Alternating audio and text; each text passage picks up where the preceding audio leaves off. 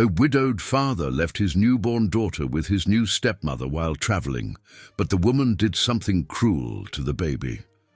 But when all seemed lost, a solitary millionaire witnesses everything. And what happens next will change their lives forever. Comment what you think will happen and subscribe to the channel to support my work. The small room was steeped in twilight, lit only by the faint glow of a bedside lamp. Theodore Ted Mendez held his newborn daughter in his arms, rocking her gently as he tried to hold back the tears that kept falling. Serena's serene little face, with its delicate features, was a perfect copy of Marina, his beloved wife, who hadn't survived childbirth. The pain of the loss was so intense that sometimes he could barely breathe. The baby's soft cry brought him back to reality. Serena needed to be fed. With trembling hands, Ted prepared the bottle according to the instructions from the hospital nurse. His movements were uncertain. He never imagined he'd have to do this alone. Marina should be here. She should be the one cradling their little one, singing the lullabies she had planned so much. The sound of the doorbell cut through the silence of the night, startling father and daughter. Who could it be at this hour? Reluctant to leave Serena alone even for a moment, Ted carefully placed her in the crib before heading to the door. "Good evening. Sorry for the late hour." The soft voice and gentle smile belonged to a woman he vaguely recognized. Alana, the neighbor from the next apartment over. "I heard the baby crying and thought you might need some help."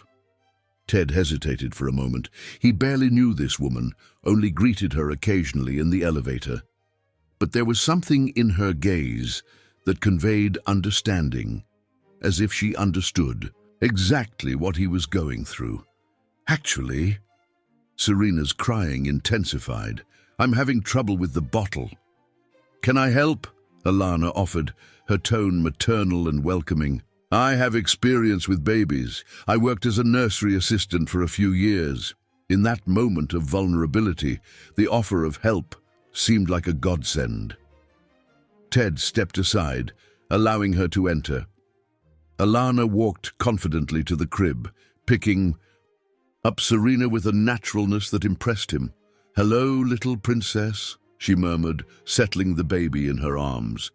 "Let's take care of this hungry girl, shall we?" In the following minutes, Ted watched in amazement as Alana prepared the bottle at the ideal temperature and fed Serena with perfect technique.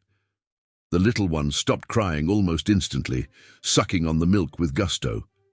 "You have a gift," he commented, feeling for the first time in days a small relief in his tight chest. "It's just practice." Alana smiled, her eyes fixed on the baby. "She's beautiful, Ted. She has your eyes." "The eyes are Marina's." His voice faltered as he mentioned his wife's name. She passed away 3 days ago." The silence that followed was filled only by the soft sounds of Serena feeding. Alana didn't say anything, but her gaze conveyed a compassion that made Ted's eyes fill with tears again. "I can't imagine your pain." She finally spoke, her voice low and gentle.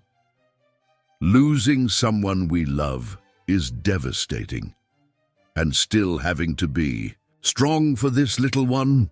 Ted nodded, unable to form words. It was the first time someone really seemed to understand the overwhelming weight he carried. "Listen," Alana continued, while taking the now empty bottle and burping Serena with expert movements.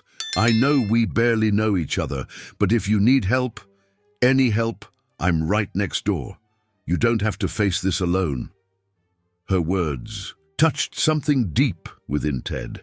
Since Marina's death, he had felt completely lost, as if he were drowning in a sea of responsibilities and grief for which he was not prepared. The idea of having someone to count on, even if it was just a kind neighbor, was comforting.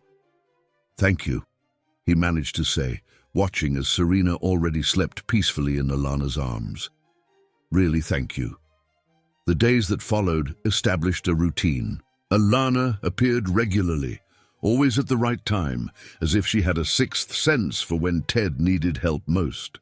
She brought home-cooked food, helped with Serena, and more importantly, offered a comforting presence in the long nights of insomnia. Ted began to notice the little things, how she always knew exactly what Serena needed, how her soft laughter lit up the once dark apartment, how her eyes seemed to shine in a special way when she talked to the baby. It was impossible not to feel grateful for her presence.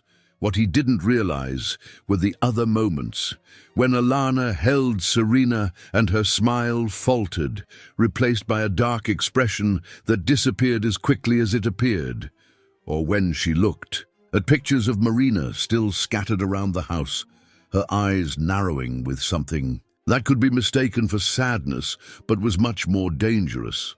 On a particularly difficult night, when Serena was especially restless, Alana arrived bringing a tea that she guaranteed would help Ted relax. Sitting on the couch while the baby finally slept in the crib next to them, she gently placed her hand over his. "You're doing an amazing job with her," Alana whispered, her fingers interlacing with his delicately. Marina would be proud. Ted felt his heart clench as he heard his wife's name, but this time the pain came accompanied by something different, a gentle warmth, a feeling that maybe, just maybe, there was hope for better days. What he didn't know was that this moment marked the beginning of something much more complex and dangerous than he could imagine. While the tea made him relax, leaving his mind slightly numb, Alana watched Serena with a look that revealed her true intentions, a look that no one but the little baby witnessed. Serena, even in her innocent sleep, stirred restlessly, as if her little heart knew that something wasn't right, as if somehow she could feel that the woman who smiled so sweetly at her father held dark secrets that would change their lives forever. The weeks passed quickly, and Alana's presence became increasingly constant in Ted and Serena's life.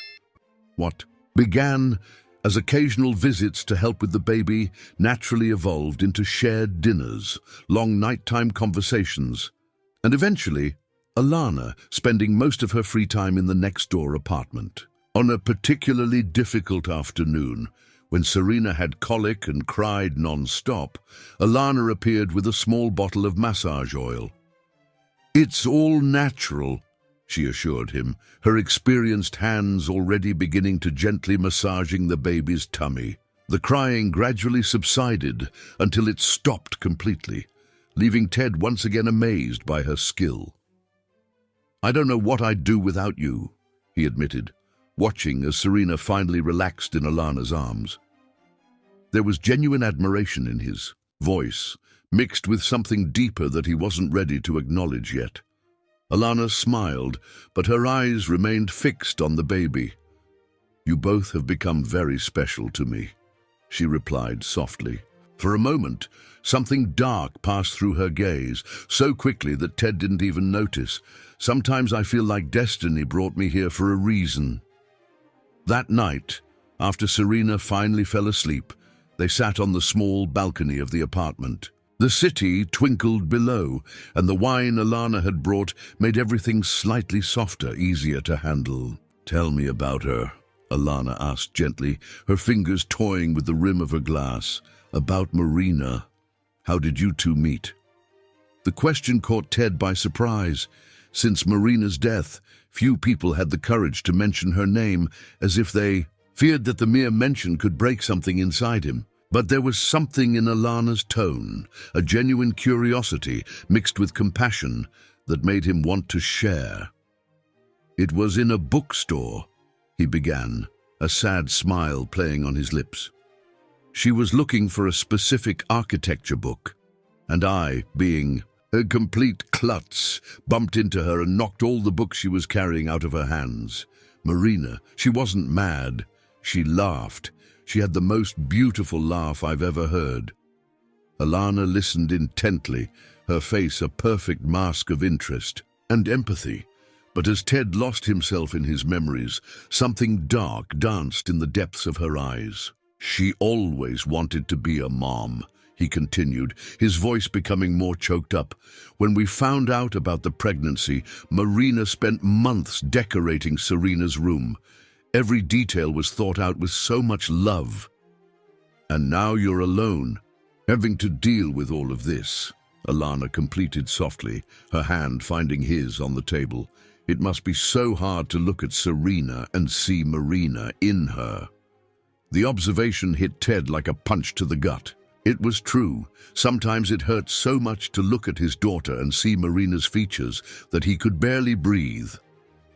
Alana squeezed his hand gently, offering silent comfort.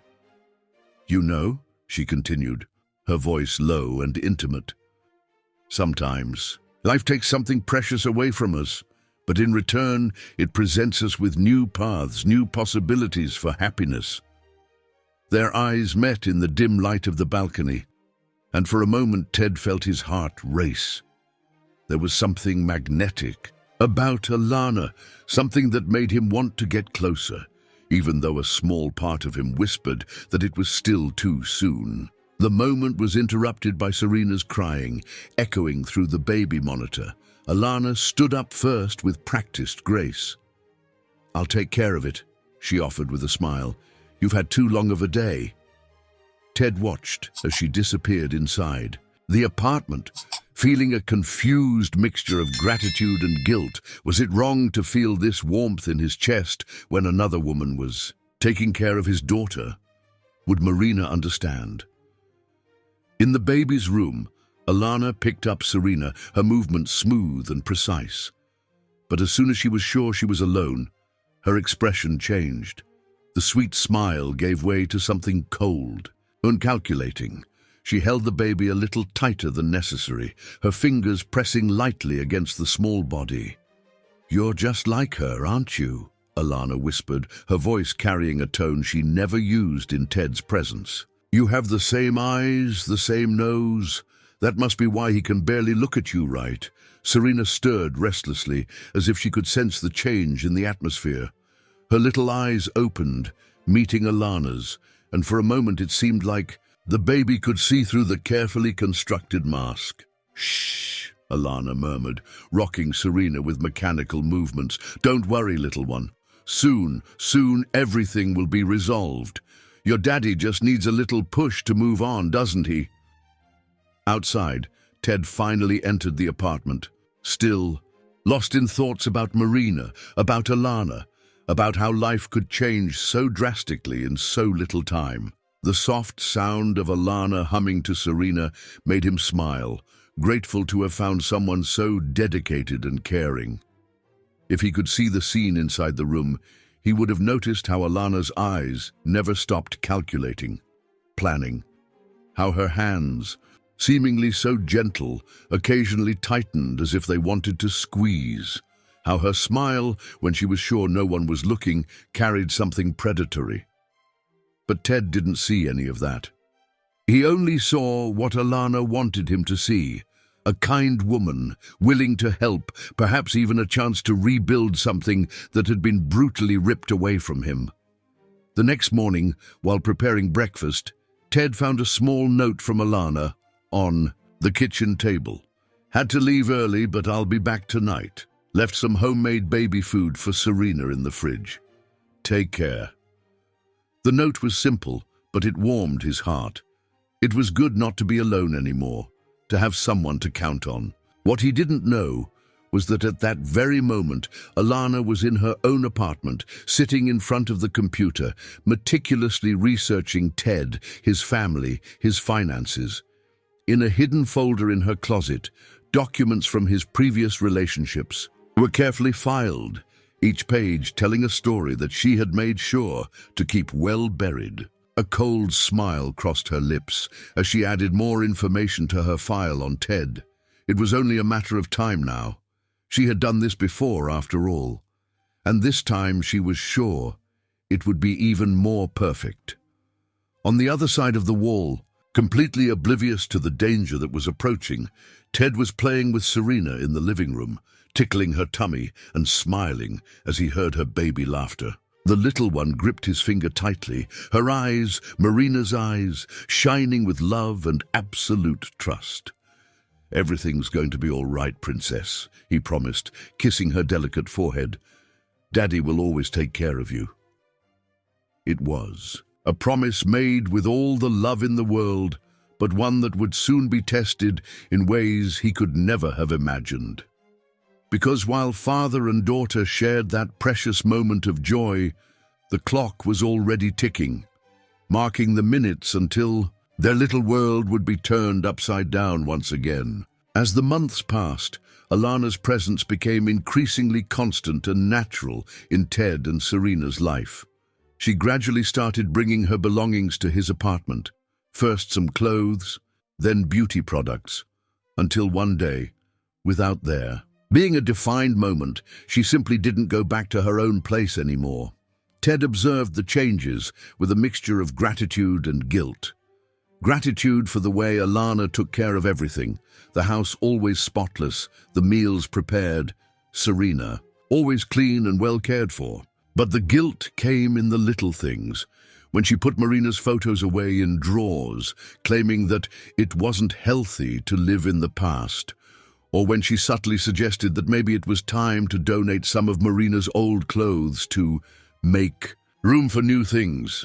One particularly difficult morning, Ted woke up to the sound of Serena crying. Before he could get up, he heard Alana's voice through the baby monitor.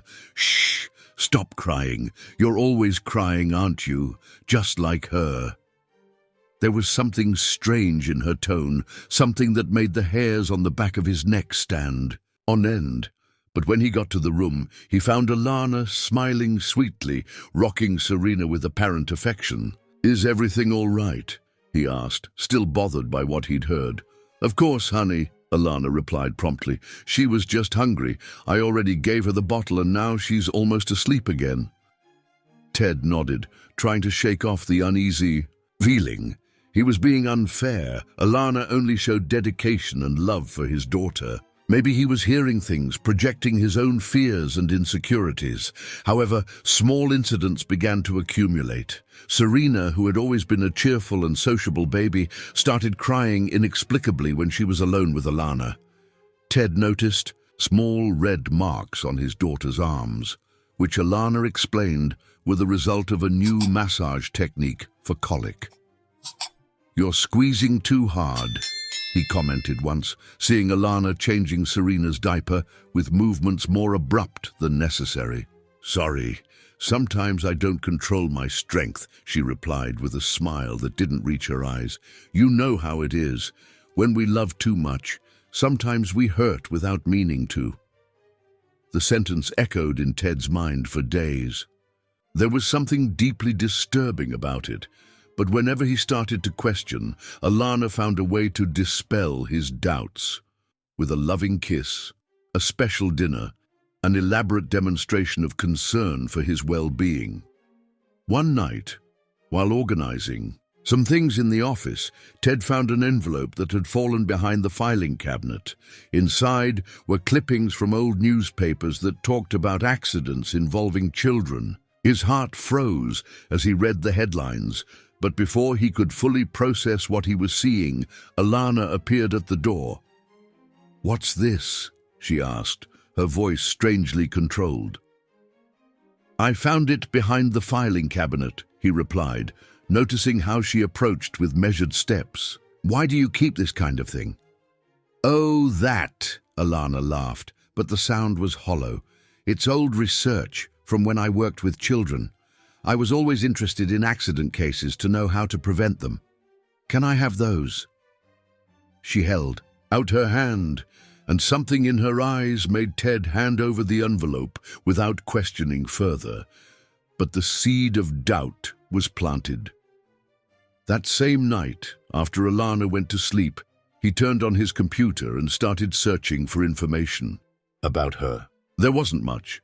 Some profiles on social media with little activity, superficial mentions on the websites of companies where she said she had worked. But the more he looked, the more he realized that there were gaps in her story. The nursery, where she said she had worked for years, no longer existed.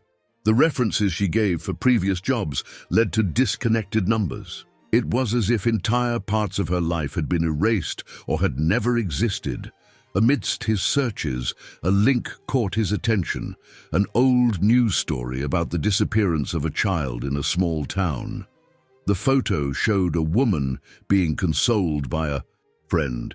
And although the image was grainy, there was something familiar about it. The friend had the same smile as Alana, the same look. Before he could click on the link, he heard footsteps in the hallway. He quickly closed all the tabs and cleared his history. When Alana entered the office, he was pretending to work on some reports. "Still awake, honey?" she asked sweetly, massaging his shoulders. "You need to rest. Tomorrow is an important day, remember? Your first business trip since, well, you know." Ted had almost forgotten about the trip. It was an important meeting, impossible to postpone, but the idea of leaving Serena, even if for a few days, made him anxious. Alana, noticing his hesitation, leaned in and kissed his neck. "Don't worry," she whispered. "I'll take care of everything here. Serena will be perfectly safe with me." Something in the way she said "perfectly safe" sent a cold shiver down Ted's spine. But when he turned to look at her, he found only the usual loving smile. The next morning, while packing his suitcase, Ted couldn't shake a feeling of unease. Serena, sitting in her stroller, watched him with her big eyes, Marina's eyes, as if she wanted to say something. "Daddy will be back soon, princess," he promised, kissing her forehead. "Be good to Alana, okay?" Serena started crying the moment he walked away, a different cry, almost desperate. Alana quickly picked her up, rocking her hard enough to silence her.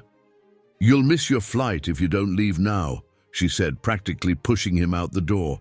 "Don't worry about anything here. I have everything under control." Already in the taxi, Ted couldn't stop thinking about Serena's crying, the way Alana held her, the small inconsistencies he was starting to notice. He took out his cell phone to call home, but a message from Alana was already waiting for him. "Serena is already asleep. Drive carefully, honey. We'll be here waiting for your return." Attached to the message was a photo of Serena sleeping peacefully in her crib. The image should have reassured him, but something about it seemed wrong. Maybe it was the angle or the light, or simply his imagination playing tricks. What Ted didn't know was that, at that very moment, Alana was standing next to Serena's crib, watching the baby with a look she never let anyone see. Her fingers lightly caressed the child's face, but there was something predatory in the gesture. "Finally alone," she whispered, and her smile was anything but maternal. "Now we can resolve this situation once and for all." The plane had barely taken off when Ted felt his heart clench. The feeling that something was deeply wrong wouldn't leave him. He took out his cell phone again, looking at the photo Alana had sent of Serena sleeping. There was something in the details. The position of the pillow, the way the light fell on the crib, it didn't seem natural. In his mind, flashes from the past few weeks began to connect. Serena's inexplicable cries, the small marks on her arms, the way Alana sometimes held her too tightly when she thought no one was watching. And that envelope, with newspaper clippings. Why would anyone keep news about accidents involving children? Across town, Alana watched Serena with a calculating look. The baby was restless, as if she could sense that something was different. Her little eyes, so much like Marina's, followed Alana's every movement around the room. "You know," Alana began to speak, her voice completely different from the sweet tone she used in Ted's presence. "You're just like her. You have the same insistent eyes, the same way of looking, as if you can see through people." She leaned over the crib, her fingers tracing the outline of Serena's face. "Your mother had that look too. That must be why your father can barely look at you right." Serena began to cry, a high-pitched and frightened sound that seemed to irritate Alana deeply. She grabbed the baby forcefully, lifting her abruptly from the crib. "Always crying, aren't you? Always wanting attention." Her fingers squeezed Serena's small arms hard enough to leave marks.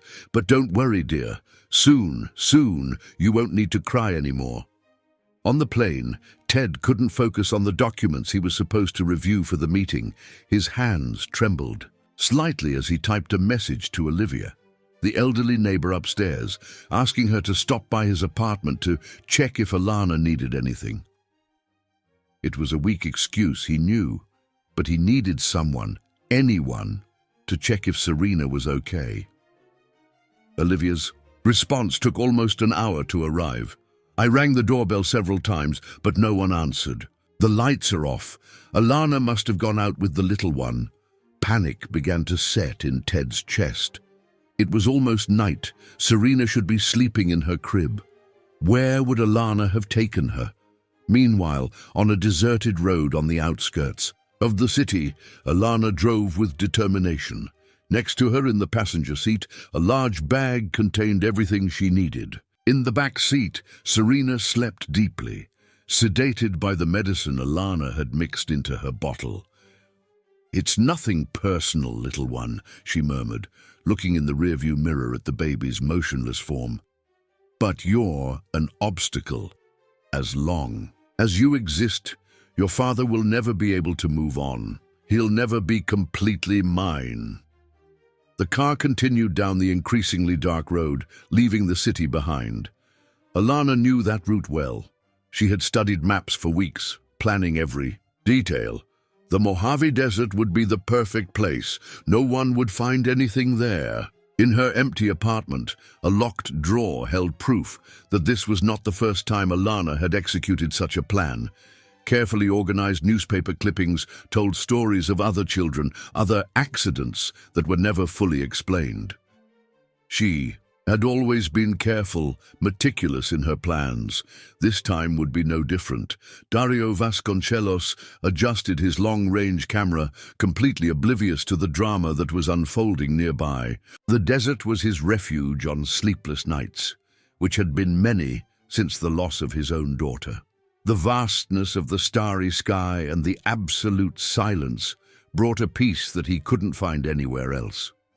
Positioned among the rock formations, he had a privileged view of the valley. His camera, equipped with special lenses for night photography, captured details that the naked eye couldn't distinguish. That's how he noticed the first point of light approaching, headlights of a car cutting through the darkness of the desert. "Strange," he murmured to himself. No one usually came to that area so late at night. He adjusted his camera lens, more out of curiosity than anything else. In the car, Alana finally stopped at a specific spot she had chosen days before. The location was perfect, surrounded by rock formations that would prevent any sound from spreading, far enough from the road not to be seen by passing cars. She got out of the vehicle, opening the trunk to get the items she had prepared: a shovel, a small box with an improvised breathing tube, and a thick blanket. Each object had been chosen with a specific purpose, part of a plan she had been elaborating for weeks. Serena was still sleeping deeply when Alana took her out of the car. The little one didn't even stir when she was wrapped in the blanket, her pale little face in the moonlight. For a brief moment, something like hesitation crossed Alana's face, but it was quickly replaced by cold determination. "It's better this way," she whispered, more to herself than to the unconscious baby in her arms. "You'll never grow up to tell anyone what you saw in my eyes. You'll never be able to tell your father about, the times I hurt you when he wasn't looking." Dario, still hidden among the rocks, began photographing the scene out of pure instinct. Something about that woman's behavior made him uneasy. Why would someone bring a child to the desert in the middle of the night? Through his high-precision lens, he watched with growing horror as Alana began to dig. The hole didn't need to be very deep, just enough for her morbid purpose. Her hands moved with frightening efficiency, as if she had practiced that movement many times. "It'll be over soon," Alana spoke softly as she worked. "And when Ted comes back, I'll be there to comfort him. I'll help him get over this loss too. And this time, there will be no reminder of her left. No child with the same eyes to haunt him." The words, laden with icy cruelty, floated in the desert night.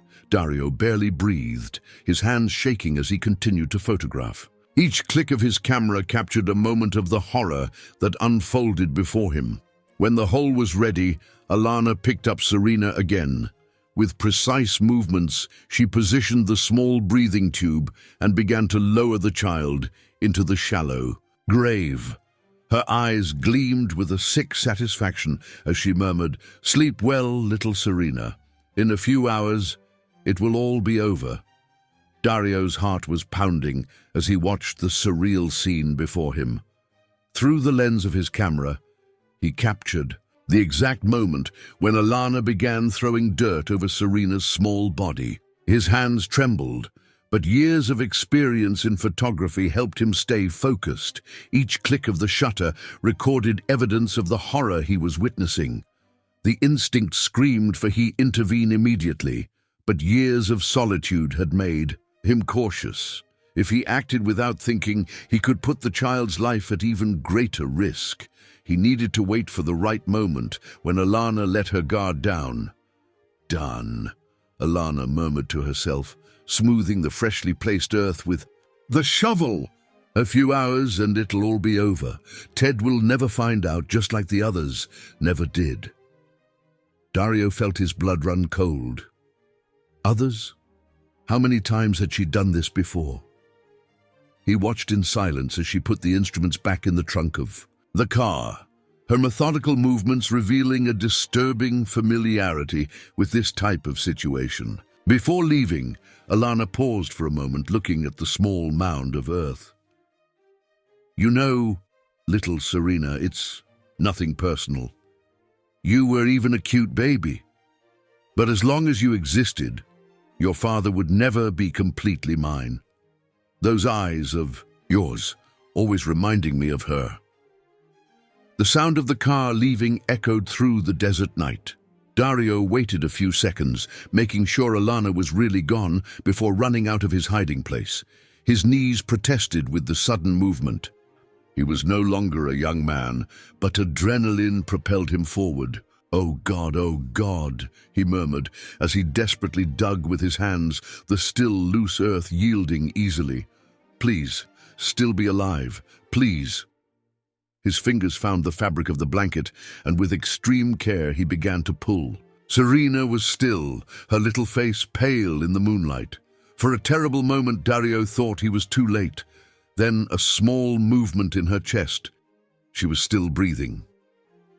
"It's going to be all right, little one," he whispered, checking her vital signs as he had learned years ago when his own daughter was still alive. "I'm going to take care of you." Meanwhile, on the plane, Ted was on the verge of a nervous breakdown. His attempts to contact Alana only went to voicemail, and the messages he sent went unanswered. The last photo she had sent of Serena kept bothering him. There was something wrong with it, something he couldn't identify. Finally, unable to take it anymore, he called the flight attendant. "I need to get off the plane," he said, his voice trembling. "It's a family emergency." "Sir, we are in the middle of the flight. We can't—" "You don't understand," he interrupted, the desperation evident in his voice. "My daughter, something is wrong. I need to go back." In the desert, Dario was racing against time. Serena was alive, but her breathing was weak, and he knew that the sedative Alana had used could have serious consequences. She needed medical help, but he couldn't simply take her to a hospital, not without first ensuring that that woman couldn't reach her again. With the baby safely in his arms, he headed to his car, hidden a few yards away.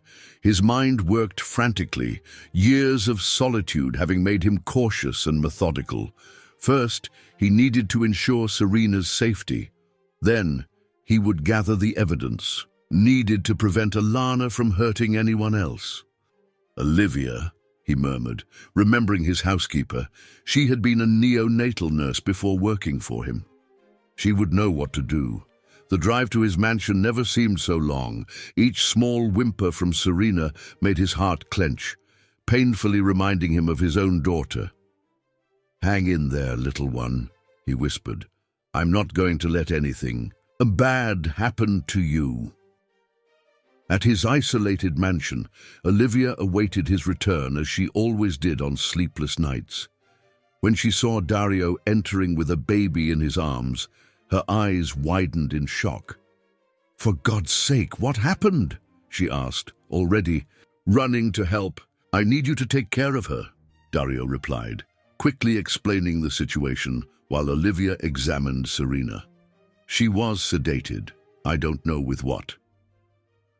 Olivia, with the efficiency of years of experience, immediately began to work. "I'll need some things from my emergency kit. Her breathing is weak but stable. We need to keep her warm and monitored." While Olivia took care of Serena, Dario went to his office. The photos he had taken needed to be developed immediately. They would be crucial evidence. His hands trembled slightly as he connected the camera to the computer. The images were disturbing in their clarity. The sequence showed every moment of the crime, from Alana's arrival to the moment she buried Serena. Her face was perfectly visible. In several photos, there was no denying her identity. "Sir," Olivia called from the office door, "the little one is responding well. I managed to stabilize her, but we need to maintain constant vigilance in the coming hours." Dario nodded, feeling a huge weight lift off his shoulders. "How is she?" "Sleeping naturally now. The sedative is leaving her system." Olivia hesitated for a moment. "Sir, I found some marks on her body, old marks. This wasn't the first time that woman hurt her." The anger that Dario felt was so intense that he had to hold onto the desk to avoid staggering. The images of his own daughter, lost so long ago, mingled with the vision of Serena, so small and vulnerable. "We need to call the police," Olivia said softly. "No," Dario replied immediately. "Not yet. If we involve the police now, the child will be taken into the system. And that woman, she seems to have experience escaping charges. We need to be smarter." In Ted's apartment, Alana methodically organized the scene she had planned. Some of Serena's clothes scattered strategically, signs of a struggle forged with precision. When Ted returned, he would find all the indications of a kidnapping. A cell phone rang. It was him. She took a deep breath, preparing her voice to sound appropriately distressed. "Honey, thank God you called," she began, fake tears already present in her voice. "Something terrible happened." At Dario's mansion, the silence of the early morning was broken only by the soft sounds of the devices that monitored Serena. Olivia didn't leave the little one's side, her experienced eyes attentive to every change in her breathing, every small movement. Years of experience as a neonatal nurse had prepared her for critical situations. But there was something about this case that touched her heart in a different way. "How is she?" Dario asked for the 10th time in 2 hours, his tall silhouette casting a long shadow in the softly lit room. "Her vital signs are more stable," Olivia replied, delicately adjusting the blanket that enveloped Serena. "But we still have to monitor closely. The sedative that woman used could have been fatal." Dario approached the improvised crib, watching Serena's serene little face. It was impossible not to think about his own daughter, about how she also seemed so small and vulnerable in her final days. The pain of the loss, even after so many years, was still like an open wound in his chest. "Sir," Olivia called softly, noticing the distant expression on his face. "It's not your fault. It wasn't your fault back then. And it's not your fault now." "I should have realized it sooner," he murmured, more to himself than to Olivia. All those nights photographing the desert, if I had arrived a few minutes later. Meanwhile, at the airport, Ted was practically running through the arrival hall. He had managed to get a return flight after convincing the airline about the family emergency. His heart beat erratically as he tried once again to call Alana. This time, she answered on the first ring. Her voice was choked up as if she had been crying for hours. "Ted, I don't know how to say this," she sobbed. "Someone took our little girl. I just went out for a few minutes to get something at the drugstore. When I came back—" "What are you talking about?" Ted interrupted, feeling his world begin to spin. "Where is Serena?" "The police are already here," Alana continued, her voice trembling. "Perfectly. They found signs of a break-in. Ted, I'm so scared." The taxi that Ted took seemed to crawl through the city streets. Every second away from home was torture. His mind created the worst possible scenarios, fueled by the guilt of having left his daughter, of having ignored that feeling that something was wrong. At Dario's mansion, Serena began to stir restlessly in her sleep. Her little fingers gripped the blanket, and a soft sound escaped her lips, something that sounded a lot like Dada. "Shh, little one," Olivia murmured, gently stroking her forehead. "You're safe now." Dario, who had retreated to his office, was immersed in a frantic investigation. The photos he had taken in the desert were scattered on his desk, along with newspaper clippings he had managed to find online. There was a disturbing pattern emerging, cases of missing children, all with similar circumstances, all connected in some way to a woman who always managed to escape suspicion. "How did she do it?" he murmured, studying the headlines. "How did? No one ever make the connection?" A sharp cry from Serena cut through the silence of the mansion. Dario rushed to the room, finding Olivia already leaning over the crib. The little one had woken up frightened, her wide eyes searching for familiar faces and finding only strangers. "She has a fever," Olivia informed him, her professional voice barely hiding her concern. "The sedative must be causing a reaction. We need specific medication. I'll make a list," she continued, already grabbing paper and pen.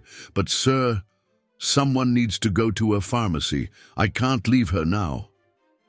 Dario took the list with determination. It was risky to leave, but he had no choice. "Stay with her. I'll be back as soon as possible." In Ted's apartment, Alana orchestrated her performance with surgical precision. There were police officers everywhere, photographing the supposed crime scene, asking questions that she answered with the exact tone of anguish and confusion. "Are you sure you locked the door when you left?" one of the investigators asked for the third time. "I'm almost sure," she replied, purposefully leaving a note of doubt in her voice. "I was so worried about Serena's fever. I needed to buy a fever reducing. It was only for a few minutes." Her hands trembled as she held the cup of tea that a sympathetic policewoman had prepared. It was a perfect performance. The dedicated stepmother, devastated by the guilt of having left the baby alone for a few minutes. "And the child's father?" another officer asked. "He's on his way back," Alana replied, allowing a few tears to trickle down her face. "Oh God, how am I going to look him in the eyes? How am I going to tell him I lost our little girl?" The sound of a key in the door made everyone turn around. Ted entered like a hurricane, his face pale and broken. His eyes swept the apartment, noting the police officers, the crime scene tape, and finally landing on Alana. "Where is my daughter?" he asked, his voice hoarse with despair. Alana ran to him, throwing herself into his arms with perfectly calculated sobs. "Forgive me, honey, forgive me." But something was different. Ted's arms didn't embrace her as they always did. Instead, he held her by the shoulders, gently but firmly pushing her away. "I want you to tell me exactly what happened," he said, his eyes fixed on hers. Every detail, every minute. There was something in his tone that sent a shiver of apprehension down Alana's spine. It was as if he was looking for something in her words, in her expressions. As if, for the first time, he was really seeing her. At the 24-hour pharmacy, Dario waited impatiently while the clerk gathered the medications from the list. His eyes kept checking the clock, each minute away from his mansion, increasing his anxiety. "Do you have a prescription for these medications?" the clerk asked, frowning at some items on the list. "My housekeeper is a registered nurse," Dario replied, trying to remain calm. "She can provide the registration numbers if needed." The clerk nodded, but something in his expression changed as he looked more closely at Dario. "Hey, aren't you that man who was seen near the Villa Verde condo last night?" Dario's heart skipped a beat. Villa Verde, that's where Ted lived. Someone must have seen him when he followed Alana's car. "You must be mistaking me for someone else," he replied, keeping his voice steady as he grabbed the medications and paid quickly. But as he drove back home, he knew that time was running out. Soon, very soon, people would start making connections. And when that happened, he would have to be ready to protect Serena, no matter the cost. In the apartment living room, the air was heavy with tension as Ted listened to Alana's account. Every word she said, every gesture and expression now seemed different to his eyes. It was as if a veil had fallen, allowing him to see beyond the carefully constructed facade. "So you say you went out to buy a fever reducer," he repeated slowly, watching her nod between tears. "Because Serena had a fever." "Yes, honey," Alana confirmed, her voice trembling. "She was so hot, I was desperate." "Strange," Ted commented, keeping his voice controlled despite the turmoil in his chest. "Because I called the pharmacy on the corner. They have no record of you having been there tonight." For a fraction of a second, so quick that the police officers around didn't even notice, something dark passed through Alana's eyes, but she recovered quickly, regained her composure. I went to the gas station pharmacy," she explained, running her hands over her face. "The one on the corner was closed." "The gas station that's 20 minutes away?" Ted pressed. "When we have 3 pharmacies closer." At Dario's mansion, Olivia struggled to control Serena's fever. The little one alternated between periods of restlessness and deep sleepiness, her small fists clenching as if searching for something to hold on to. "Where are you, sir?" Olivia murmured, looking anxiously out the window. The medications that Dario had gone to get were crucial to stabilizing the baby's condition. The sound of tires on the driveway made her heart leap. But instead of Dario's familiar footsteps, she heard unfamiliar voices. Approaching the window cautiously, she saw 2 police cars parked outside. "Oh my God," she whispered, her body automatically going into protection mode. With quick but silent movements, she began to turn off the devices that were monitoring Serena. In the apartment, Ted continued his subtle interrogation, each question causing Alana to become more entangled in her own story. "It's curious," he said, picking up his cell phone, "because I activated the location app on your phone a few weeks ago. Do you know where it shows you were tonight?" Alana's face lost all color. Her eyes moved quickly around the room, calculating escape routes, assessing the police officers present.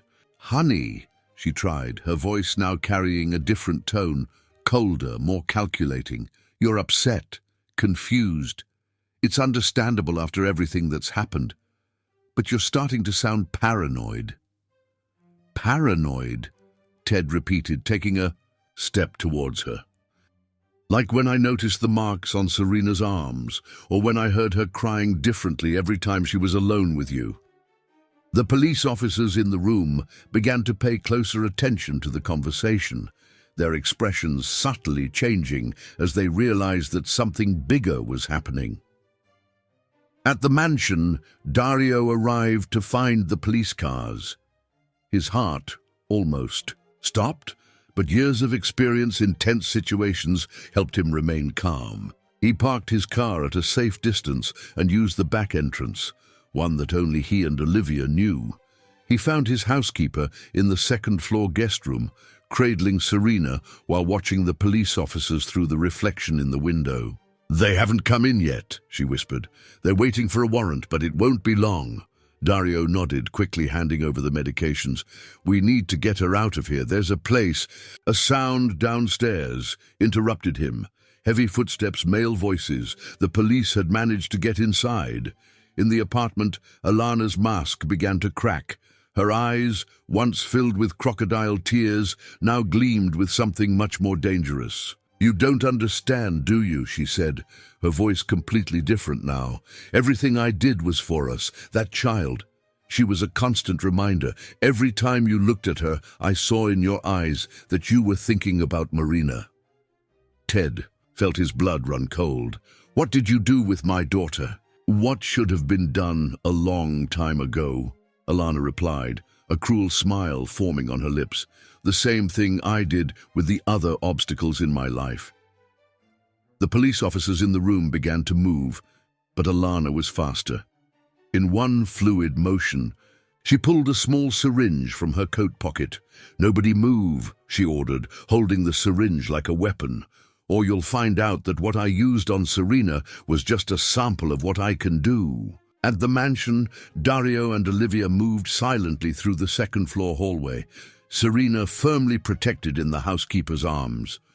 Years of caring for the house had taught Olivia every creaking board, every shadow that could betray their presence. "Mr. Vasconcelos?" a male voice called from downstairs.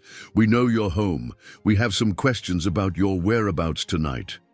Dario made a silent gesture to Olivia, indicating a nearly invisible door in the wall, the entrance to a passageway that he had built years ago when his own daughter was sick and he feared they would need an escape route from the hospital. "Go," he whispered. "Take her to the place we talked about. I'll delay them." "But, sir—" "Now, Olivia," he insisted, his tone leaving no room for argument. "That child is our priority."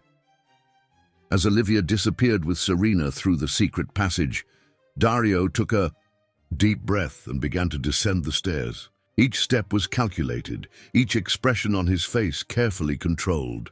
"Good evening, gentlemen," he greeted the officers with a calm he didn't feel. "To what do I owe the visit so late at night?" In the apartment, the situation had turned into a tense standoff. Alana, still wielding the syringe, had managed to position herself near the door. Her eyes, now completely devoid of any pretense of kindness, darted between the police officers and Ted. "You're not going to get away with this time," Ted said, his voice filled with a rage he had never felt before. "Where is my daughter? What did you do to her?" Alana's smile widened, turning her face into something almost unrecognizable. "You know what's beautiful about the desert at night, Ted? How it can swallow things whole without leaving a trace?" Alana's words about the desert made Ted's blood run cold in his veins. The image of his little Serena, alone in the darkness of the desert, was unbearable. His fists clenched so tightly that his nails cut into the palms of his hands. "You're a monster," he whispered, his voice trembling with rage and despair. "How could I have been so blind?" "Blind?" Alana laughed, a cold, humorless sound. "You saw exactly what you wanted to see, Ted. A broken man, desperate for help, for someone who could fill the void that Marina left. It was so easy." At Dario's mansion, the tension was palpable as he faced the police officers in his living room. Every second that he managed to keep them there was one more second for Olivia to get away with Serena. "So, Mr. Vasconcelos," one of the investigators began, consulting his notes. "An employee at the gas station recognized you near the Villa Verde condo on the night little Serena disappeared. Can you explain to us what you were doing there?" Dario kept his expression neutral, years of difficult negotiations having prepared him for moments like this. "I'm an amateur photographer," he replied calmly. "I was looking for interesting angles for nighttime photos of the city." "With all due respect, sir," another officer interjected, "but you've been seen in several different parts of the city in recent weeks, always at night, always alone. Doesn't that seem a little suspicious?" "I suffer from insomnia, chronic insomnia," Dario explained, his voice carrying a note of weariness that he didn't need to feign. "Night photography is my way of coping with sleepless nights." Meanwhile, Olivia moved silently through the underground tunnels that Dario had built years ago. Serena, still burning with fever, let out occasional small whimpers that made the housekeeper's heart clench. "Shh, little one," she whispered, administering the medications that Dario had managed to get. "You need to be quiet now."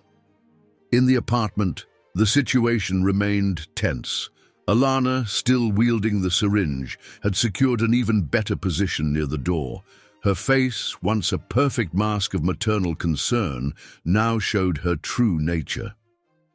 "You know what's funny?" she continued, her tone almost casual. "How easy it is to make people believe what they want to believe. A smile here, a tear there. People are so predictable in their desperation for connection." "How many?" Ted asked, his voice hoarse. "How many other children?" Alana's smile widened, something predatory gleaming in her eyes. "Do you really want to know? Want to hear about every obstacle I needed to remove? Every child who was preventing their parents from moving on?" The police officers in the room moved slowly, trying to surround her without her noticing. But Alana was attentive to every movement, her years of experience in similar situations evident in her posture. "Don't come any closer," she warned, raising the syringe. "What's in here is much more potent than what I gave little Serena. One dose would be fatal in a matter of minutes." At the mansion, the police officers were starting to get impatient with Dario's evasive answers. One of them, younger and more impetuous, decided to take the initiative. "We're going to take a look around the house," he announced, already moving towards the stairs. "You need a warrant for that," Dario protested, keeping his voice calm despite the growing panic. "Actually," the older investigator interjected, "we have enough probable cause for an emergency search. A child is missing, Mr. Vasconcelos, and you are our prime suspect." In the underground tunnel, Olivia finally reached her destination, a small support house that Dario maintained a few miles away from the main mansion. It was a place that very few people knew about, equipped with everything needed for emergencies. "Let's take care of that fever now, little one," she murmured, already preparing the medical equipment they kept there. Years of experience as a neonatal nurse guided her movements with precision. Back at the apartment, Ted felt each second pass like an eternity. His mind couldn't stop calculating how long a small child like Serena could survive in the desert. Despair threatened to consume him, but he forced himself to stay focused. "Why?" he asked, trying to keep Alana talking while the police officers positioned themselves. "Why do this? What do you gain?" "What do I gain?" She laughed again, the sound sending chills down everyone's spines. "Power, Ted. The power to rewrite stories, to shape lives. You have no idea what it's like to see people like you, broken, desperate people, become completely dependent on me." At the mansion, the police officers began a methodical search of every room. Dario followed them, his heart pounding in his chest as he prayed that Olivia had had enough time to get away. "Sir!" one of the officers called from the second floor. "We found something!" Dario went up the stairs slowly, already knowing what they had discovered.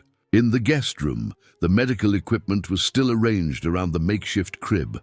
A child's blanket lay abandoned on the bed. "Want to explain this to us?" the investigator asked, holding up one of the infant heart monitors. Before Dario could answer, another police officer ran into the room. "Sir, we just received information from headquarters. The kidnapping suspect, Alana Fonseca, is making confessions at the victim's apartment. She mentioned something about having left the child in the desert." Dario's face paled. If they found out about the desert, They might find the evidence of what really happened. The photos on his camera. The desert, he repeated, trying to buy time. But that doesn't make sense. Why would someone take a child to the desert? In the apartment, Alana continued her monologue, each word revealing more of the darkness that inhabited her soul. You know what all those children had in common, Ted. They were all living reminders of other women. They all prevented their fathers from moving on. I just clear the way. You psychopath! Ted lunged forward, unable to contain himself, but the police officers held him back. Watch your words, Alana warned, her voice now laced with venom. Your precious Serena is still alive. For now. The air tube I left should last a few more hours, of course, if the sedative doesn't kill her first. It was at this moment that something unexpected happened. Ted's cell phone, forgotten on the table, began to ring. The name that appeared on the screen made everyone freeze. Dario Vasconcelos. The sound of the ringing cell phone seemed deafening in the tense silence of the apartment. Alana fixed her eyes on the device, her expression changing from surprise to something darker.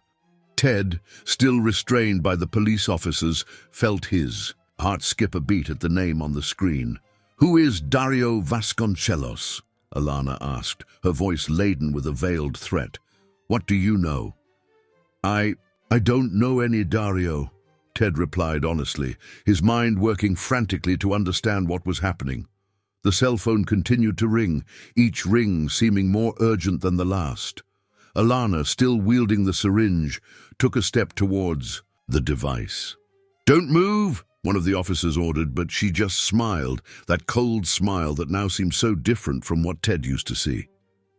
Do you really think you can stop me? She asked, her voice carrying years of confidence built on never-discovered crimes.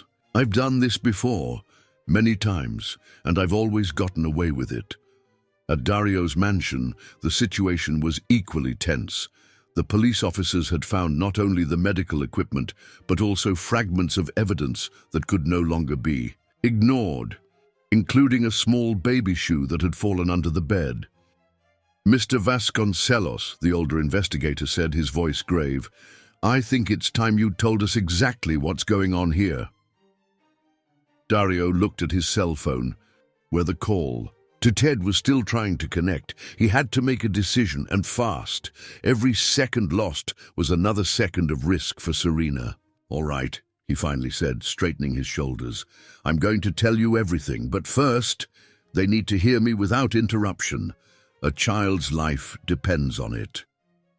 In the small shelter away from the mansion, Olivia struggled to stabilize Serena's fever. The little one was responding to the medications, but she wasn't out of the woods yet. Come on, sweetheart, she murmured, once again changing the cold compress on the baby's forehead. Your daddy needs to see you again. He needs to know you're alive. Back at the apartment, the cell phone finally stopped ringing. The silence that followed was broken by Alana's laughter, a sound that made everyone present shudder. You know what's most interesting about all this, Ted? She began, moving like a cornered predator. How easy it is to make people believe what we want them to. A little tears here, a few words of comfort there. Soon they're eating out of our hand, telling us their deepest secrets. Like all those other families? Ted asked, trying to keep her talking. All the other children that I freed, she completed, her eyes shining with a sickly light. Freed their parents from the prison that those children were, from the constant reminders of women who were no longer there. At the mansion, Dario had begun his explanation. His words came out quickly, urgently, as he showed the police officers the photos he had captured in the desert. I was there, he said, scrolling through the images that showed Alana burying Serena. I saw everything happen, and yes, I took the child and brought her here. She was sedated. She needed urgent medical care. Why didn't you contact us immediately? One of the officers questioned. Because she had done this before, Dario replied, his voice trembling slightly. I found records, evidence of other similar cases. She always escaped, always managed to get away with it. I couldn't risk Serena's life. The older investigator studied the photos with increasing attention. That explains the inconsistencies in her statement. But where is the child now? Before Dario could answer, his cell phone rang again. This time, it was Olivia. In the apartment, the situation was reaching a critical point. Alana, realizing that she was losing control of the situation, was becoming increasingly erratic. You know what's funny? She continued, her movements becoming more agitated. How you cops always arrive too late, always so worried about procedures, about evidence. Meanwhile, little lives are lost in the desert. You're bluffing, one of the officers said, trying to stay calm. There's no way a child could survive that long in the desert. Alana's smile widened even further. Ah, but that's the trick, isn't it? The air tube I left? It gives hope. It makes them fight for longer, suffer more. It's much more interesting that way. Ted felt his stomach churn. How could he have been so blind? How hadn't he noticed the monstrosity that was hiding behind that sweet smile? The cell phone started ringing again. This time, Alana was faster than everyone. In one fluid motion, she grabbed the device from the table. Let's see who this Dario is, shall we? She said, her fingers sliding across the screen to answer. It was at this moment that everything changed. Through the cell phone speaker came a sound that made everyone's blood freeze, the unmistakable cry of a baby. Alana's face transformed into a mask of fury. Impossible, she whispered, her voice trembling for the first time. You're dead. I buried you myself. No, Alana. Dario's voice sounded clear through the device. Serena is alive, and I have all the proof of what you did. It was as if something broke inside her. With a scream of rage that didn't seem human, Alana raised the syringe, ready to attack whoever was closest. But before she could make any move, the apartment door burst open. On the threshold stood Dario Vasconcelos, accompanied by more police officers. In his hands, he held a professional camera. It's over, Alana, he said simply. This time, we have everything recorded. Time seemed to freeze in that moment. Alana stared at Dario like a cornered beast, the syringe still raised in her trembling hand. Serena's crying continued to echo through the phone, each small sob serving as undeniable proof that her plans had failed. No, no, no, she murmured, her mask of control finally shattering completely. You don't understand. Nobody understands. I do this for them. I free them from the memories, from the chains that bind them to the past. Ted, still restrained by the police officers but now trembling with relief at hearing his daughters crying, found strength in his voice. You're sick, Alana. Completely sick. Sick? She laughed, a hysterical sound that made everyone in the room shudder. I'm the only sane one here. You're the ones who don't see. You keep clinging to these children, to these living reminders of dead women. I help you move on. Dario took a step forward, his camera still in his hands. Like you tried to help Ricardo, and Amanda, and all the others. Alana's face paled as she heard the names. How did you... I researched every case, Dario continued, his voice calm but firm. Every child who disappeared mysteriously after you entered their families' lives, every single father or mother you comforted during their grief. The police officers in the room exchanged meaningful glances, beginning to understand the true extent of Alana's crimes. The older investigator made a subtle gesture to his men, who began to position themselves strategically around her. You have no proof, Alana hissed, but there was a tremor in her voice that betrayed her shaken confidence. You've never had proof before. You'll never have it now. "This time is different," Dario replied, raising his camera. "I have photos of everything. From the moment you took Serena out of the car to the instant you buried her in the desert. Every gesture, every word of yours is recorded. Meanwhile, in the small shelter away from the mansion, Olivia continued to care for Serena. The fever had finally broken, and the little one, though still weak, was more alert. Her little eyes, Marina's eyes, watched everything with an intensity that seemed beyond her age. "You're so strong, little one," Olivia murmured, checking her vital signs once again. "Just like your mother, aren't you?" Back at the apartment, Alana began to show signs of total loss of control. Her eyes darted from one face to another, her breathing becoming increasingly erratic. "You don't understand," she repeated, now almost pleading. "I saved them. I saved them all. Those children, they were anchors, dead weights preventing their families from moving on. Like you, Ted, trapped in the memories of Marina in every look from Serena." "No," Ted replied, his voice filled with a strength he didn't know he possessed. "Serena isn't a weight. She's my connection to Marina, yes, but she's so much more than that. She's my daughter, my love, my reason to keep living." The words seemed to hit Alana like physical blows. She staggered slightly, the syringe trembling even more in her hand. "Liar," she whispered. "You could barely look at her in the first few days.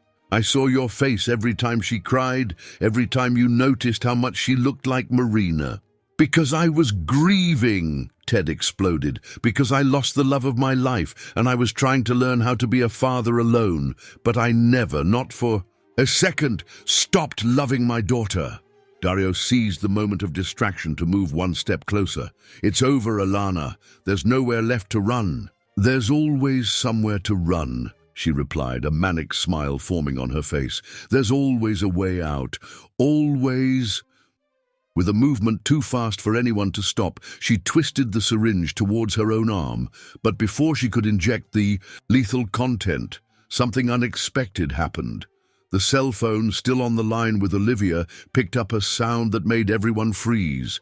It was Serena, no longer crying, but making that small, gurgling laugh that Ted knew so well. The sound of pure innocence and joy cut through the tension like a ray of light. Alana hesitated, the syringe millimeters from her skin.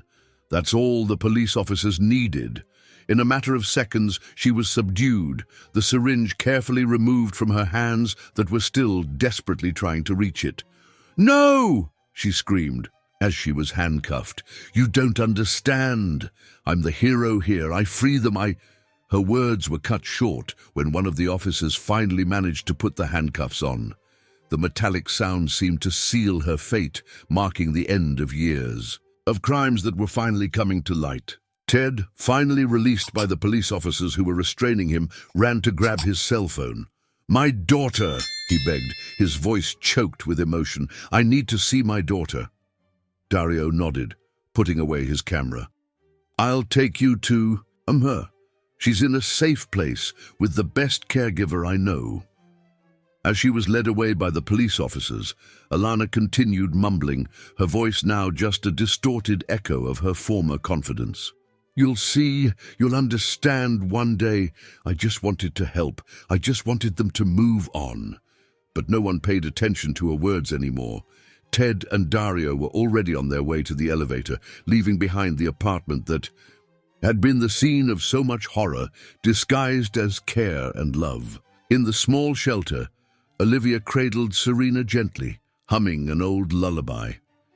The little one, as if she sensed that something important was happening, kept her eyes fixed on the door, waiting. "Your daddy's coming, sweetheart," Olivia whispered, adjusting the blanket around the baby, "and this time nothing will ever separate you again." The drive to the shelter where Serena was seemed endless to Ted. Every second away from his daughter was torture, even knowing that she was safe. Dario drove in silence, respecting the storm of emotions that his passenger was clearly experiencing. "How did you know?" Ted finally asked, his voice hoarse from crying. "How did you know something was wrong?" Dario kept his eyes on the dark road, but his expression softened. "I lost my daughter a few years ago. Since then, I spend my sleepless nights photographing the desert. It's my way of coping with the pain." He paused, swallowing hard. "When I saw Alana that night, the way she moved, how she talked to herself, something about her alerted me that it was wrong." The car continued along a secondary road, moving further and further away from the city. The lights became scarcer, and the starry desert sky began to dominate the landscape. "She almost got away with it," Ted murmured, more to himself than to Dario. "If you hadn't been there." "But I was," Dario interrupted gently. "And Serena is alive. That's what we need to focus on now." In the small shelter, Olivia continued her meticulous care of Serena. The fever had subsided completely, and the little one was more alert, her curious little eyes following every movement of the housekeeper. "You're a real fighter, you know that?" Olivia chatted with her as she prepared another bottle. "Just like your mother, from what your father tells me, and now he's coming back to you." Serena, as if she understood, let out one of those smiles that lit up her whole little face. The same smile that so reminded him of Marina, but that now Ted would realize was uniquely and completely her own. In the car, Dario continued his explanation. "After I rescued Serena, I started investigating Alana. There was a pattern, you know, always families with small children, always single parents, vulnerable." "Like me," Ted completed, the guilt weighing on his voice. "You were grieving," Dario replied firmly, "and she took advantage of that. That's what predators do. They identify the weakness and attack." The car began to climb along a dirt road, the wheels kicking up dust in the night air. In the distance, a small building began to materialize. "It's there," Dario pointed. "It was originally built as a support house for when my daughter was sick. I thought we might need a secluded place away from the hospital." His voice faltered slightly, and Ted realized that he wasn't the only one with open wounds there. Dario also carried his own pain, his own scars. The car had barely stopped when Ted was already opening the door, his heart beating erratically. The soft light coming from the windows of the house seemed to call him, guide him to his little one. Olivia was already waiting for them at the door, a gentle smile on her wrinkled face. "She's awake," she informed him softly, "and she's very anxious to see her father." Ted entered the house with hesitant steps, as if he feared that everything was a dream from which he could wake up at any moment. The familiar sound of Serena's whimpering guided him to a small but cozy room. And there she was, his little princess, lying in a makeshift crib, but clean and comfortable. When her eyes met his, Marina's eyes, Ted felt his legs weaken. "My daughter," he whispered, tears running freely down his face. "My little Serena." The moment she heard his voice, Serena's little face lit up with that smile that he loved so much. Her little arms stretched out towards him, making those eager movements she always made when she wanted to be held. With trembling hands, Ted picked her up, holding her tight against his chest as if he never wanted to let her go again. Her scent, the warmth of her little body, the way her small hands clung to his shirt, every little detail was a miracle that he thought he had lost forever. "Forgive me," he murmured between sobs, kissing her head repeatedly. "Forgive me for not realizing it sooner, for letting that woman get close to you." Dario and Olivia watched the scene from the door, both with tears in their eyes. There was something deeply sacred in that moment of reunion, something that transcended words. "She's strong," Olivia commented softly. "She fought bravely against the fever, against the effects of the sedative. I've never seen such a small child with so much willpower." Ted nodded, unable to form words. His whole world was there, safe in his arms. Serena played with the buttons on his shirt, completely oblivious to the drama that had happened, fully trusting in her father's love and protection. "How can I ever thank you?" he finally managed to say, looking at Dario and Olivia. "You saved my daughter. You saved my life." Dario took a step forward, his hand lightly touching Ted's shoulder.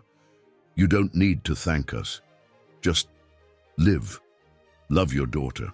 Let her grow up knowing that she's loved not only by you, but also by the memory of her mother."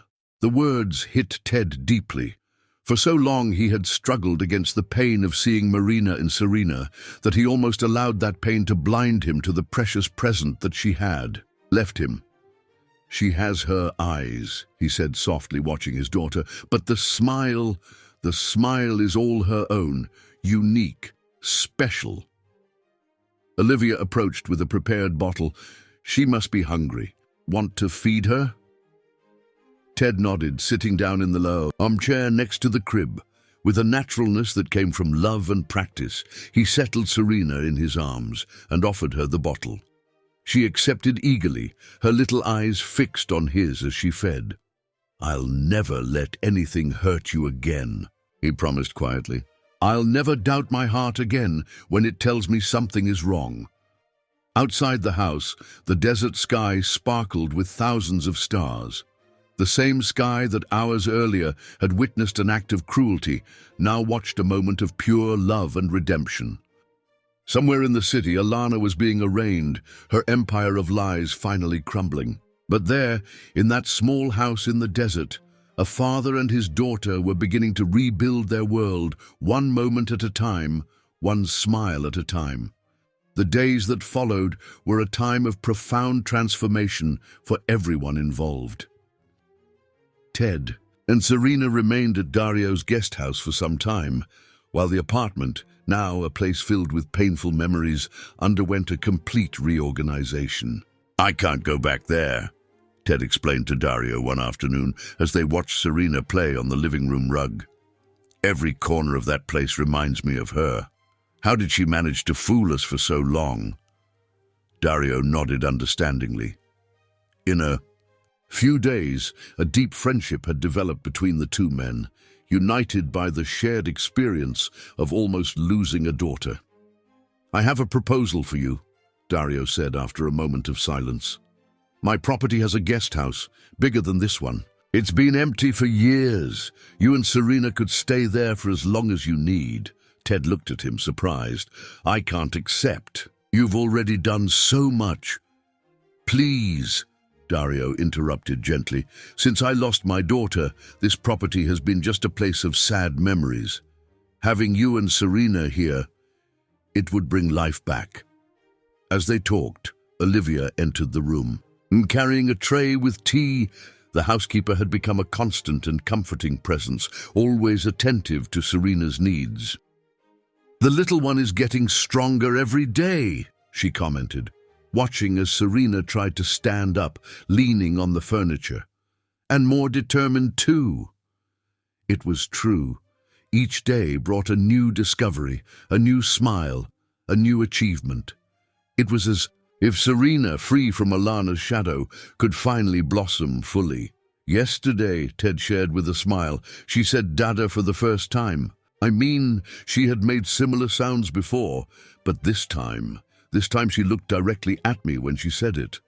"It's amazing how resilient children of that age are," Olivia commented, adjusting a strand of hair that fell over Serena's eyes. "They have an extraordinary ability to overcome trauma as long as they have love and security."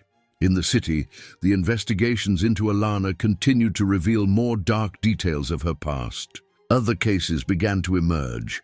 Families who had lost children in mysterious circumstances, always after the arrival of a caring woman who offered help and comfort. The investigators found diaries, Dario reported one day, after receiving a call from the police. She documented everything, every family she approached, every child that she considered an obstacle Ted felt his stomach churn. How can someone be so methodical? Dario completed. That's what makes people like that so dangerous. The evil calculated, planned, disguised as kindness. Zarina, oblivious to the adults' conversation, played with her new toys, gifts that Olivia had bought on one of her trips to the city. Her crystal-clear laughter echoed through the house, a sound that seemed to wash away the darkness of the topics they were discussing. You know what's most difficult? Ted confessed, watching his daughter. Sometimes I wake up in the middle of the night, in a panic. I run to her room. I need to see that she's breathing, that she's safe. It's normal, Olivia replied softly. The trauma doesn't disappear overnight, but every day that passes, every moment of joy with her, helps to heal a little of the pain. The housekeeper's words carried the weight of experience. Over the days, she had shared fragments of her own story. The years working in a neonatal ICU, the lives she helped to save, the ones she couldn't. Marina would be proud, Ted said quietly, more to himself than to the others, of how strong Serena is, of how she smiles even after everything. She's present, Dario commented, his eyes fixed on the little one who was now trying to take hesitant steps. Not only in Serena's eyes, but in the strength that she has. That kind of love transcends death. The afternoon progressed lazily, the desert sun painting golden shadows through the windows. Serena finally began to show signs of tiredness, her heavy little eyes struggling to stay open. Nap time, Olivia announced, already getting up to help. Let me, Ted said softly. With infinite tenderness, he picked up his daughter in his arms. Serena immediately snuggled against his chest, her little hand gripping his shirt as she always did. Come on, princess, he murmured. Daddy's going to sing that song that Mommy loved so much. In the room that had been prepared, especially for her, Theodore sat in the rocking chair. He began to hum softly the same lullaby that Marina used to sing when Serena was still in her belly. His love for her, Dario commented to Olivia as they watched from the doorway, is the best protection she could have. Olivia nodded, discreetly wiping away a tear. It's a love that heals, that transforms, that redeems. The sun continued its journey across the desert sky, and inside that house, a father and his daughter continued their own path of healing. Each lullaby, each hug, each shared moment was a step beyond the trauma, toward a future that, although different from what they had imagined, was full of possibilities. Sleep tight, honey, Ted whispered, kissing Serena's forehead as she drifted off to sleep. Dada's here, and always will be. The weeks turned into months, and life on Dario's property found its own rhythm. The guest house, once empty and silent, now overflowed with life, with the presence of Theodore and Serena.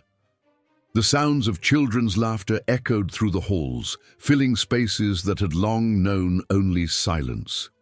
One particularly beautiful morning, Theodore watched his daughter playing in the garden that Olivia had created especially for her. Small, colorful flower beds formed a safe circle where Serena could explore, touch the flowers, and chase butterflies under the watchful eye of the adults. She's blossoming, Olivia commented, joining him on the porch. Like the flowers in a garden. It was true. Each day brought a new discovery, a new word, a new gesture that showed how Serena was developing away from the shadow of fear that had once loomed over her. Sometimes, Ted confessed, I look at her and can hardly believe everything that happened, how close we were to, but it didn't happen, Olivia interrupted gently. She's here, she's safe, she's loved. That's what we need to focus on. Dario, who had approached silently, added, and Alana can never hurt anyone again. It was true. The investigations had revealed the full extent of Alana's crimes. Her diaries, found in a secret compartment in her apartment, detailed each case with a coldness that shocked even the most experienced investigators. "You know what's most disturbing?" Dario continued, his voice low so Serena wouldn't hear. In her twisted mind, she actually believed she was helping.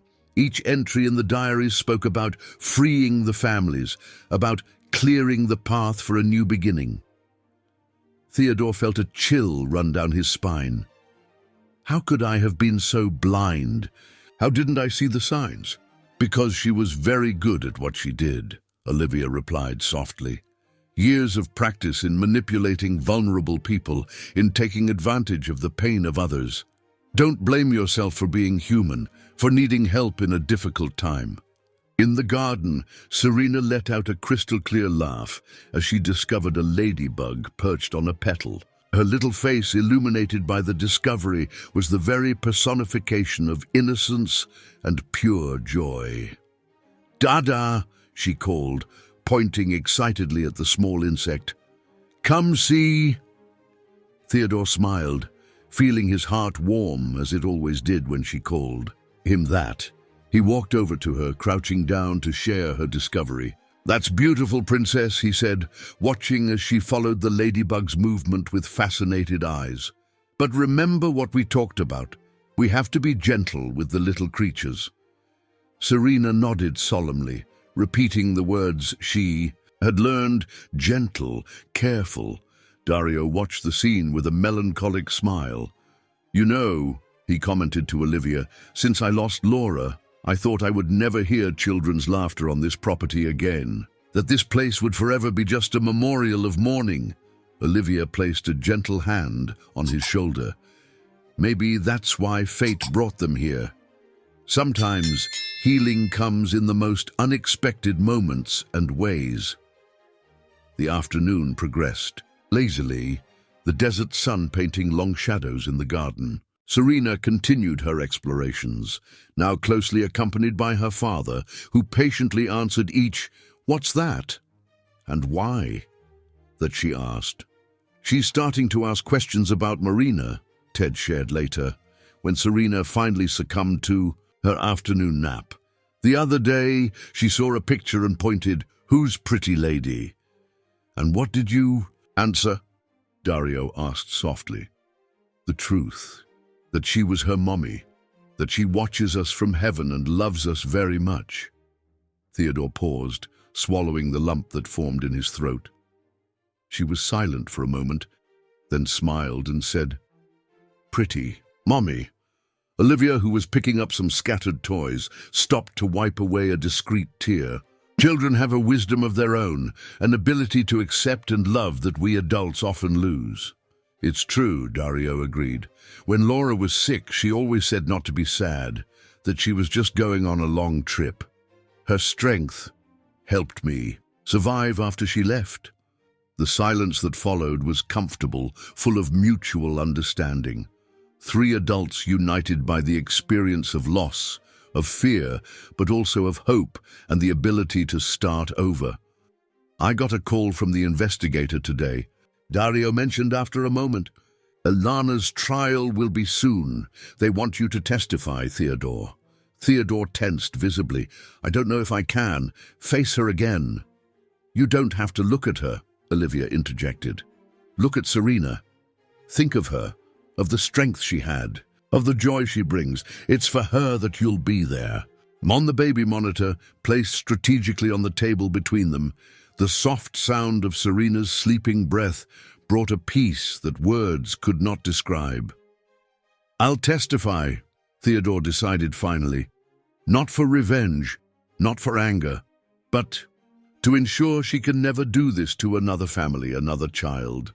Dario nodded approvingly. "And we'll be there with you. You don't have to face this alone." The sun began to set on the desert horizon, painting the sky in shades of pink and gold. It was Serena's favorite time. She always said the sky looked painted by Princess. "You know," Ted commented, observing the natural spectacle, "Marina loved this time of day. She said it was when the magic happened, when the sky reminded us that there is beauty even in moments of transition. She was right, Olivia smiled. And Serena carries that same ability to see beauty in everything. It's a precious gift. On the monitor, Serena stirred slightly, mumbling something in her sleep. Ted smiled, recognizing the pattern. She would soon wake up, asking for her bottle and wanting to see the princess sky. "I'll go prepare her snack," Olivia offered, already getting up. "No," Theodore stopped her gently. "Let me do it. Every moment with her is a gift I almost lost." 4 years had passed since that night in the Mojave Desert. Time, with its unique ability to heal wounds and transform realities, had brought profound changes to everyone involved. Dario's property, once a place of silence and painful memories, now overflowed with life and joy. On a sunny spring morning, Serena, now almost 5 years old, ran through the gardens that had expanded considerably since her arrival. Her laughter echoed through the air, mingling with the sound of birds and the soft rustling of leaves in the wind. "Dada, Grandpa Dario, look what I found!" she shouted, her dark curls bouncing as she ran towards the 2 men who were talking on the porch. Theodore and Dario exchanged knowing smiles. The term "grandpa" had naturally emerged from Serena's lips about a year ago, and since then it had become a permanent part of her vocabulary. "What did you discover this time, Princess?" Ted asked, crouching down to be at his daughter's height. Serena carefully opened her small hands, revealing a bright blue feather. "It's the same color as the sky," she exclaimed, her eyes, Marina's eyes, shining with enchantment. "It's beautiful," Dario commented, watching as the girl manipulated her discovery delicately. "You're becoming a real explorer." Olivia appeared on the porch carrying a tray with fresh lemonade. The years had also been kind to her, as if Serena's presence had renewed her energy and purpose. "Snack time, little scientist," she called affectionately. "Then you can continue your explorations." Serena ran to the table, carefully storing her feather in a small treasure box that Dario had given her, a gift she used to collect her daily discoveries. As the girl indulged in Olivia's homemade cookies, Theodore watched his daughter with a love that seemed to grow each day. It was impossible not to see Marina in her, in the gestures, in the smile, in the infinite curiosity about the world. But now that resemblance brought more comfort than pain. "Thinking about her?" Dario asked softly, noticing Theodore's distant look. "Always," he replied with a serene smile, "but in a different way now. Marina is present in every discovery of Serena, in every laugh, in every moment of joy." The decision to remain on Dario's property had proven transformative for everyone. The guest house, now a welcoming home, was just part of a larger dynamic that had been established. Theodore had taken over the management of Dario's properties, revealing a natural talent for business that surprised even himself. "Dada?" Serena called, interrupting his thoughts. "Tell the story of the Night of the Stars again?" That's what they had decided to call that night, the Night of the Stars. A softened version of the events had been created for Serena, focusing on the courage and love that saved her, not on the danger and darkness that almost took her away. "Again?" Ted joked, feigning exasperation. "But don't you already know this story by heart?" "Please," she insisted, her eyes shining. "It's my favorite story." "It was a very special night," Dario began, winking at Theodore. "The sky was full of stars, more than any other night." Serena settled into her father's lap, her eyes fixed on Dario as he narrated how he was photographing the sky when he saw an angel, herself, needing help. How he and Olivia took care of her until she could return to her father. "And since then," Theodore completed, hugging his daughter, "we've lived here, where the stars can watch over us every night. And the bad woman? Serena asked, as she always did in this part of the story. She'll never hurt anyone again, Dario replied gently. She's in a place where she can't harm other children. It was true. Alana had been sentenced to a long term in solitary confinement. The evidence, Dario's photos, the diaries found, the testimonies of other families, had been overwhelming. During the trial, she showed no remorse, insisting until the end that she was helping families to move on. You know what I like most about this story? Serena commented, playing with the buttons on her father's shirt, that it has a happy ending. Olivia, who was clearing the snack table, stopped to listen. Her eyes filled with tears as she saw the scene. Father and daughter embraced, Dario watching with that look of proud grandfather that only he knew how to do. Yes, honey, Theodore agreed, kissing the top of his daughter's head. It has the happiest ending of all. The sun began to set, painting the sky with those colors that Serena loved so much. Soon she would be asking to go to her favorite place, a bench specially built in the garden, from where they could watch the princess sky together. Grandpa Dario, she called, already getting up excitedly. Let's go see the sunset. Of course, little one, he replied, his voice full of love. Let's all go together. As they walked to the garden, Theodore reflected on how life could be surprising in its paths. The pain of Marina's loss would never disappear completely, but it had transformed into something different, a gentle presence that guided him, that helped him be a better father to Serena. Dario, who had lost his own daughter, found a second chance to experience paternal love through Serena. His relationship with her was special, unique, full of moments of complicity and shared discoveries. Olivia, who thought her days of caring for children were over, discovered a new energy and purpose in her role as a grandma figure. Her experience and love were fundamental in Serena's upbringing.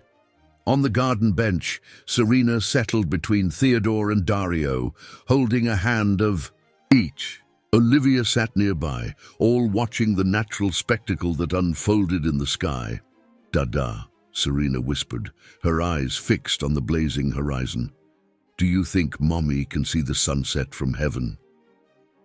"I'm sure she can, Princess," Theodore replied, his voice choked with emotion, "and I'm sure she is very proud of the beautiful and strong girl you have become." The colors in the sky continued to change, creating a unique spectacle that seemed made especially for them. It was a moment of perfect peace, of unconditional love, of family in its truest sense.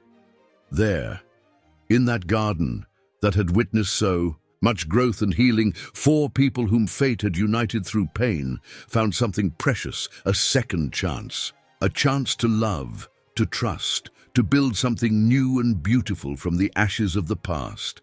And above them, the first stars began to appear in the sky, the same stars that years ago had witnessed an act of salvation in the desert.